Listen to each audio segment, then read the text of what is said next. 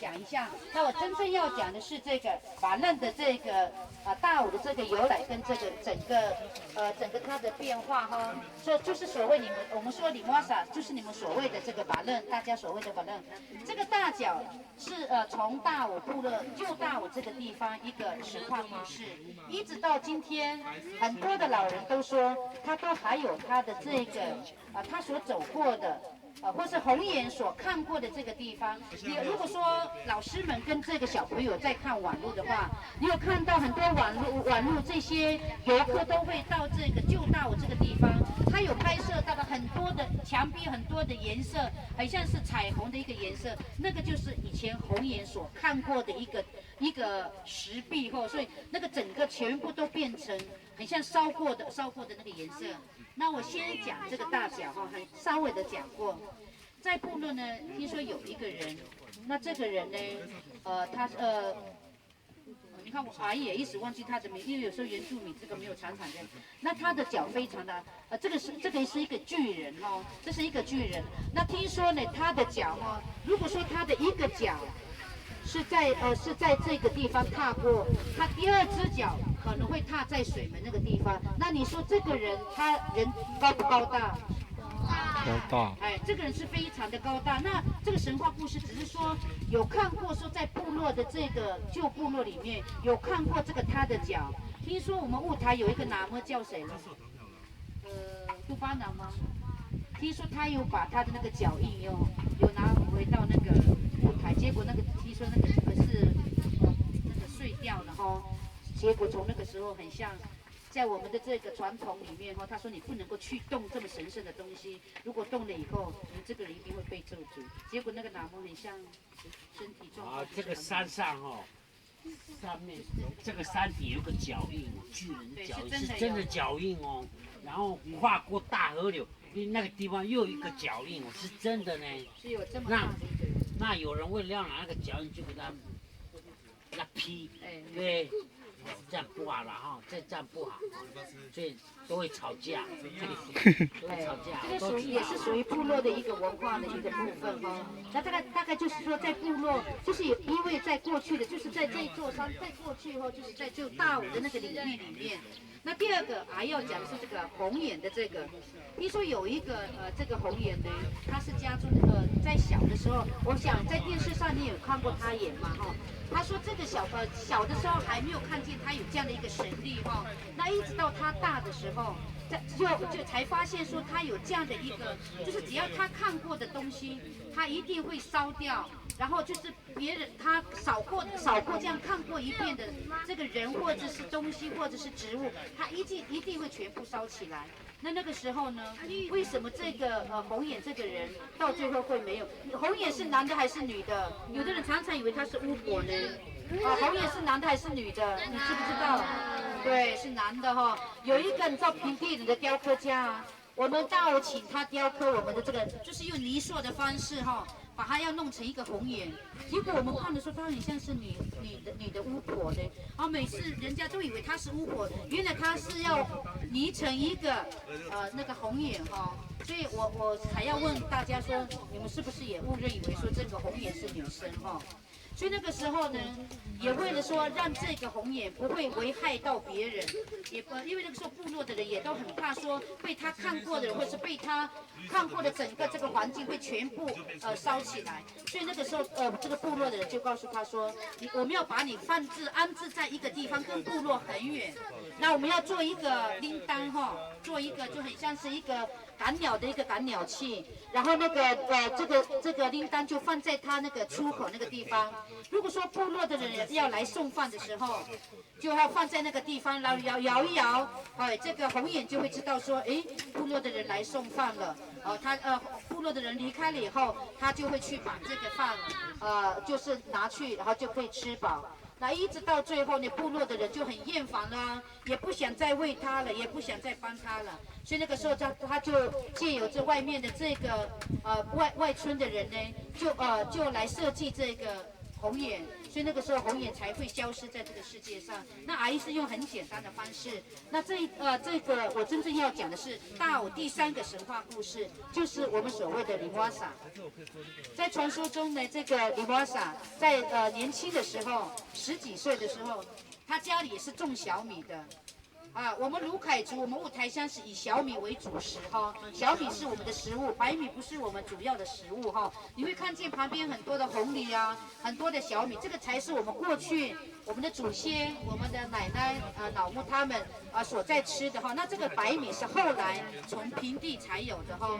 那个时候这个这个板楞呢，就是我们所谓的这个林瓦萨，这个板楞呢，他也是跟别的这个年轻人一样，也是在山上在种田哦。他在种田的时候，我这为什么要讲这个？是要告诉你他是怎么跟蛇郎君遇见的哦。那他在这个种小米的时候，有一天这个百步蛇呢，就是我们所谓的蛇郎君呢，他就从鬼湖这个地方要来到这个旧大武那个地方。然后那个时候，他就在一座这个休息的一个地方，他就看见，他就听到很多的女生在那边唱歌，就在唱山地歌，他就很稀奇，他就从一个比较高的一个山，就眺望过去看，是哪些人在唱歌，他就看到一个非常漂亮的一个女孩子，原来他看到的那个女孩子是谁？就是板楞哈，就是这个板楞公主哈。原来他看到的就是板楞公主。那个时候这个百步蛇这个蛇郎君呢，他就好喜欢哦。这个女孩子是谁？我好喜欢她，我不晓得她有没有男朋友，我可不可以去她家里？去我芭芭浪，你们雾台怎么讲？也是叫芭芭浪哦。以前不是说写情书呢，打电话，以前没有电话，也没有办法写字。他要带老人家，带他的朋友到女方家里，然后去那边一个晚上唱歌，你在对面，我在这里，这样子唱歌，然后老人家就知道说，这个男生可能对我们家的这个小姐有意思哈，他们就会这样子来往。那个时候呢，这个蛇郎这个百步蛇呢，他就告诉在鬼湖这边的这个老人家这个长辈，他说我要去救大武的时候，我就看到有一个女孩子在田里工作，我看到那个女孩子非常的漂亮，我也非常的喜欢，我们可不可以去她家里芭芭浪？那些长辈就同意哈，他们就去她家里芭芭浪。结果他们去芭芭浪的时候，那个板楞公主的那个爸爸妈妈还有她的亲戚看到这个百步蛇的时候，是一个人吗？是什么？是一个很大的一条蛇。可是板楞看的时候，他是什么？一个很漂亮、很英俊的男生哈。所以他的爸爸妈妈跟家人会不会同意？不会同意哈，他们不同意。好，我很快就带过去了哈。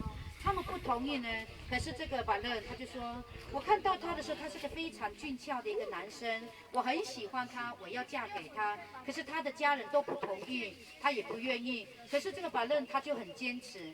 结果这个长辈们呢，他们还是在按照传统礼俗的方式，因为你知道吗？过去如果说你要娶头目的这个家族啊，你要娶头目的这个孩子呢，你一定要耕一座田，你在一年的之内呢，你要帮他耕一座田哈。那现在呢，在大武这边那一座山还有呢哈，然后那个时候呢，这个鬼湖那边的这个板楞说那个是一群家族。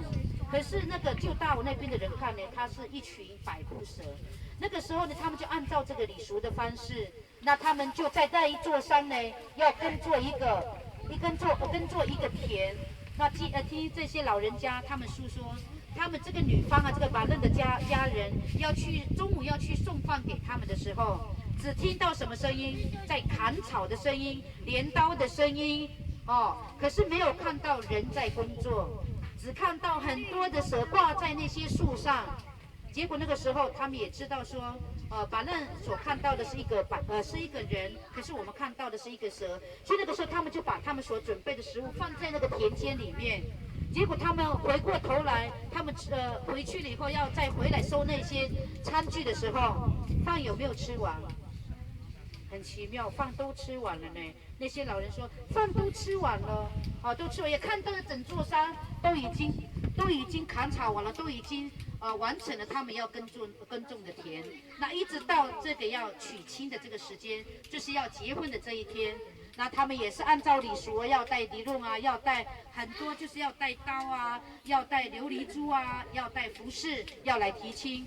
好，他们也是按照那个就是下聘的一个仪式来到这个部落里面来。那到最后呢，他们结婚了，完成了婚礼之后，他们就要送这个板凳，要到哪里？到哪里？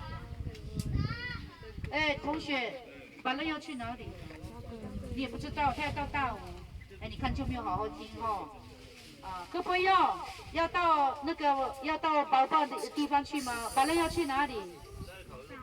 啊，哦，你看没有注意听你就不知道哈。你知道吗？这个板凳他要去哪里？对，因为这个百步蛇他的家在鬼湖哈，他住在鬼湖，所以那个时候呢，他们以前没有车子，不能坐这个轿车，也没有摩托车，也不可以哈。他是用什么？你知道他那个板凳是用什么？带他去鬼湖的吗？哎，是男主角用背的哈，以前哈他是用背的，背了一座山再一座山，然后过了几个休息站，然后才能够到鬼湖。那听说这个板凳呢，他到这个鬼湖的时候，他有一句话叮咛他的部落，他说：“我的族人，我要离开了。如果你们来到鬼湖这个地方，如果说你们发现这个食物，我放在那边的，你看到有食物在这个湖边，如果你看到是热的，是谁准备的？哎，是把刃准备的，是要给他的打猎的族人，要招待给他们的，要给他们吃。那如果说你们发现那个食物是冷的，你们不可以吃，那个不是我为你们准备的。他就非常的贴心，告诉他的族人说：你来到这个地方，来到我这个地方，我所嫁的这个鬼湖这个地方，不要忘记有你们的族人，有你们的孩子在这个地方。那听说这个他的族人在送他的时候，这个把刃走到湖中的时候，只看到有一个漩涡哈，就是在那边就是一个圆圈圈的一个漩涡，然后只看到他的伞跟他的人慢慢消失在湖边。那有一天不是有一天，有一年，在他们的故乡，他的爷爷这个外公外婆，就是把任的爸爸妈妈在家里睡觉的时候，过了几年的时候，那是过了几年，又不是一天哦。他的老都老母在家里的时候，因为以前的房子就很像我们的头目家屋是这样子可以在这里这样子就看到外面。他的改母要到那个窗户的时候，突然就看到小的百步蛇穿爬在那个窗户旁边呢。那个导渡会不会很怕？会不会？换了你会不会怕？很怕呢，他就拿棍子要打那个蛇呢。可是那个蛇就说：“外婆婆，改母是我是李摩萨的那个孩子，我来看你们了。”可是那个改母有没有听到？听不听得懂？听不懂哦。所以那个时候那个改母就用棍子就一直打这个百步蛇，这样把他们驱走结果这个小百步蛇回到家里，就跟板凳讲说：“妈妈，我回到外公外婆家，我也回到以前你的家。可是我在窗户，在看改母，跟改母问安。可是改母却用这个木头，来敲打，来把我赶走。所以我很怕，我就离开了。改母不认识我，所以从那个时候。”这个百步蛇这个孩子就没有再回到部落，没有再去看他的没有再去看这个他的改母跟老母，这个是属于大偶的一个神话那每一个部落他所讲的都不一样，所以很多的说法说在湖边长满了很多的百合花，这象征这个是把任对部落的一个思念，也象征这个把任在这个地方是他所嫁到的一个地方，所以这个是在大武部落我们这个法任公主的一个神话也是一直流传到现在，我们各个部落都有很多我们不同的一个说法跟版本，可是我们一直很尊重，我们也一直流传一直到今天这个把任他对他的爱情的一个忠贞，也对这个族人的一个关怀。